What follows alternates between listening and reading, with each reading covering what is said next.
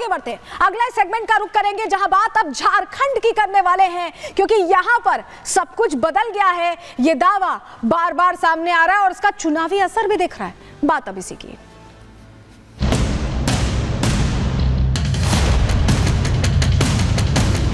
ये 11% बांग्लादेशी घुसपैठिया है। ये झारखंड की सरकार खुद इसको मानती है। आप वापस कहाँ भेज रहे हैं? आप तो खुद पाल रहे। घुसपैठियों का खिलाफ हमें आग लगाना है, झारखंड को सारण भूमि बनाना है।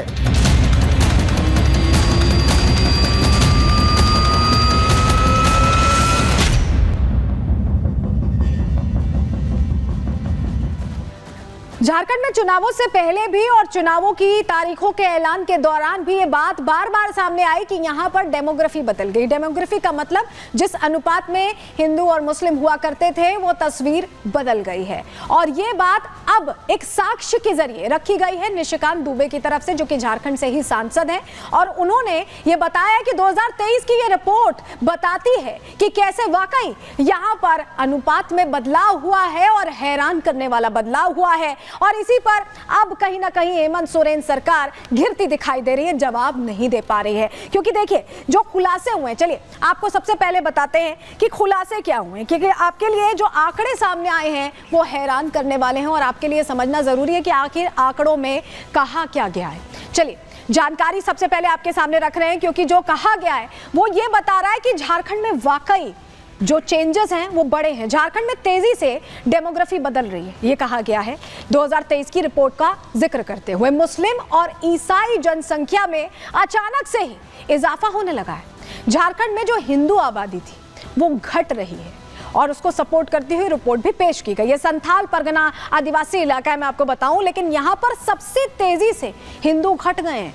आदिवासियों की संख्या भी यहाँ तेजी से घट गई है, ये जानकारी मिल रही है। इसको लेकर आंकड़े सामने आ रहे हैं। डेमोग्राफी चेंज पर अब बीजेपी सवाल कर रही है, बीजेपी प्रश्न पूछ रही है। झारखंड सरकार इसे बढ़ावा दे रही है, यह आरोप भी बीजेपी की तरफ से लगाए जा रहे हैं। और बीजेपी का यह कहना है कि इससे आदिवासी अस्मिता, जिसके लिए झारखंड जाना जाता है, पहचाना जाता है, वो आदिवासी अस्मिता खतरे में आ गए हैं। यहां तक कि जो आदिवासी हैं उनकी जमीन भी छीनी जा रही है, उनकी जमीन हड़पी जा रही है, ये बात कही गई है। और चलिए आपको जरा वो 2023 का वो पत्र दिखा देते हैं जिसका जिक्र कर रहे हैं निशिकांत दुबे, जिसके बेस पर वो ये बात कह रहे हैं। ये देखिए, ये वो लेटर है और ये झारखंड की जो स्पेशल सेल है उसका लेटर है। तो किसी राजनीतिक पार्टी का इससे कोई लेना देना नहीं है, ये साक्ष्य है, ये रिपोर्ट है 2023 में जो लेटर में लिखा गया है। उसकी मोटी मोटी बातें हम आपको बताएं। इसमें ये कहा जा रहा है कि घुसपैठिए बहुत तेजी से यहाँ नागरिक बन रहे हैं और इसको लेकर कुछ किया नहीं जा रहा है। 2023 की रिपोर्ट है, 2024 में इस वक्त हम हैं।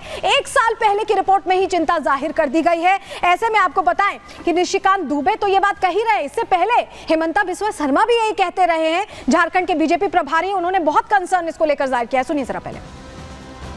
9% मुस्लिम आबादी थी 1951 में, आज वो 24% हो गई। पूरे देश में से मुस्लिम जो है 4% बढ़ा, हमारे संथाल परिणाम में वो 15% बढ़ा। ये 11% बांग्लादेशी घुसपैठिया है। ये झारखंड की सरकार खुद इसको मान रही है।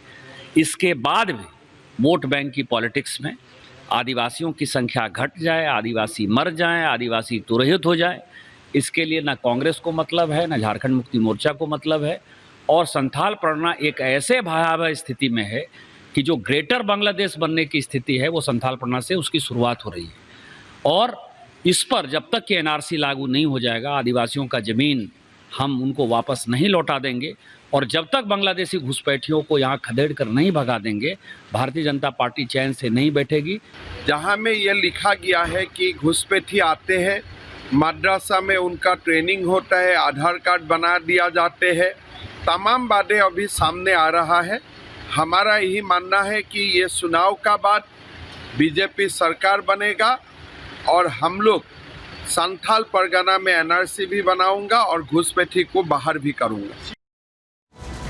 तो संथाल परगना में एनआरसी की बात कह रहे हैं हेमंता बिस्वा शर्मा, और सच्ची तस्वीर क्या है संथाल परगना की, जो आदिवासी बाहुल्य इलाका झारखंड का माना जाता है। चलिए आपको बता रहे हैं 1951 के आंकड़े पहले आप देख लीजिए। हिंदू 90.37% हुआ करते थे, मुस्लिम 9.43% थे और ईसाई 0.18% थे। और अब 2011, ये भी पुरानी ही रिपोर्ट है लेकिन फिर भी आपको फर्क, अंतर समझ में आ जाएगा। ये देखिए हिंदुओं का यहाँ पर आंकड़ा पहुंच चुका है 67.95%।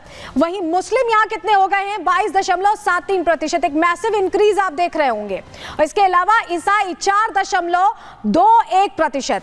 अगर आप इसका अंतर दिखाएं तो हिंदू यहाँ पर 22% कम हो गए हैं, मुसलमान 13% बढ़ गए हैं और ईसाइयों में भी 4% के लगभग बढ़ोतरी हुई है। और ये 2011 तक के आंकड़े हैं। इसके अलावा अगर आंकड़े अभी के हो तो ये तस्वीर और बड़ी है। परसेंटेज का जो गैप आप देख रहे हैं ये और बड़ा दिखाई देगा। लेकिन आपको बताएं कि डेमोग्राफी में बदलाव क्यों हुआ है, आपके लिए समझना भी बहुत जरूरी है। ये क्यों कहा जा रहा है कि डेमोग्राफी में बदलाव हुआ है? दरअसल बांग्लादेशी घुसपैठियों की संख्या यहाँ बहुत बढ़ गई है। वो भाग भाग के यहाँ पहुंच रहे हैं, बच बच के यहाँ पहुंच रहे हैं। मुस्लिमों की लगातार घुसपैठ जारी है, वो यहाँ ठिकाना ले रहे हैं। घुसपैठियों ने झारखंड में शरण ले ली। फर्जी तरीके से वो अपना स्थायी आईडी बना लेते हैं और उसी की बिना पर यहाँ रहते हैं।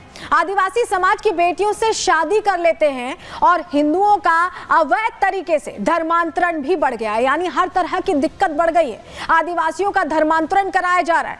धर्मांतरण के लिए बकायदा उन्हें लालच देकर फंसाया जाता है। झारखंड में अवैध धर्मांतरण का पूरा रैकेट चल रहा है, ऐसी जानकारी मिल रही है। लेकिन इसको लेकर देखिए जिस तरह के साइड इफेक्ट सामने आए हैं उसको लेकर जेएमएम बचाव करती दिख रही है। केंद्र पर ठीकरा फोड़ने की तैयारी। महुआ माजी को सुन लीजिए। अगर किसी दूसरे कंट्री से कोई प्रवेश कर रहा है किसी हमारे कंट्री में तो इसकी सुरक्षा की जिम्मेदारी केंद्र सरकार की है, ना कि राज्य सरकार की। अगर वो विफल रही है केंद्र सरकार और अपनी खामियों को वो थोप रही है राज्य सरकार पर, बॉर्डर सिक्योरिटी फोर्सेस क्या कर रही है, कैसे वो लोग घुसपैठ कर रहे हैं, ये केंद्र को जवाब देना चाहिए। उनकी होम मिनिस्ट्री को जवाब देना चाहिए। उन्हें रिजाइन करना चाहिए कि भाई आप देश की सुरक्षा नहीं कर पा रहे हैं, आप राज्य सरकार पर थोप रहे हैं। और जो भी घुसपैठी है वो असम के रास्ते से प्रवेश कर रहे हैं और असम के मुख्यमंत्री झारखंड में आके यहाँ के आदिवासियों को गुमराह कर रहे हैं।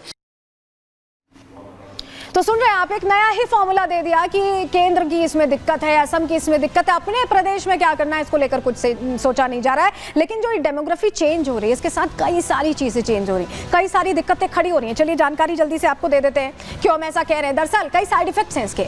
आदिवासियों की अस्मिता को खतरा है इससे। जल जंगल जमीन जो झारखंड की मूल भावना मानी जाती है उस पर अवैध कब्जों की जो जानकारी है वो लगातार सामने आ रही है। आदिवासी वेडियो से लव जिहाद की घटनाएं बढ़ती जा रही हैं, लव जिहाद के मामले बढ़ते जा रहे हैं और साजिश के तहत यहां बेटियों को फंसाया भी जा रहा है। झारखंड में लैंड जिहाद भी तेजी से बढ़ रहा है, यानी जिहाद के जो अलग अलग मॉडल्स हैं वो फॉलो किए जा रहे हैं। लव जिहाद का मामला, लैंड जिहाद का मामला, घुसपैठिए कई जगह जमीन कब्जा ले रहे हैं। आदिवासी संस्कृति धीरे धीरे यहां लुप्त होती दिखाई दे रही, कम होती दिखाई दे रही। झारखंड आदिवासी संस्कृति के लिए ही जाना जाता रहा है। राज्य का निर्माण ही इसीलिए किया गया था क्योंकि यहाँ पर जो आदिवासी हैं उनकी भावनाओं को समझते हुए किया गया था और उसके बाद अब यहां पर वो लुप्त होती दिखाई दे रही। कई हिंदू इलाके अब मुस्लिम बाहुल्य हो गए हैं, यहां पर डेमोग्राफी चेंज हो गई है। एंटी हिंदू गतिविधियां भी यहां तेजी से बढ़ रही हैं जो खतरे की घंटी कहीं ना कहीं समझ में आ रही है। इसके अलावा आपको बताएं हिंदू त्योहारों पर उपद्रव की भी कोशिश हुई। अभी हाल ही में कुछ तस्वीरें ऐसी सामने आई थी जो हैरान कर रही थी और बता रही थी कि यहां भी हिंदुओं के त्योहारों को लोग बचा नहीं पा रहे हैं। लेकिन कांग्रेस नेता राशिद अलवी इसको लेकर कह रहे हैं कि कितनों की पहचान कर दी, इसमें भी प्रश्न खड़े कर रहे हैं। सुनिए जरा। आपने तो खुद बुला के बांग्लादेश से शेख हसीना को दिल्ली के अंदर बड़ा मकान दे के रख रखा है, तो आप दूसरों की क्या बात करते?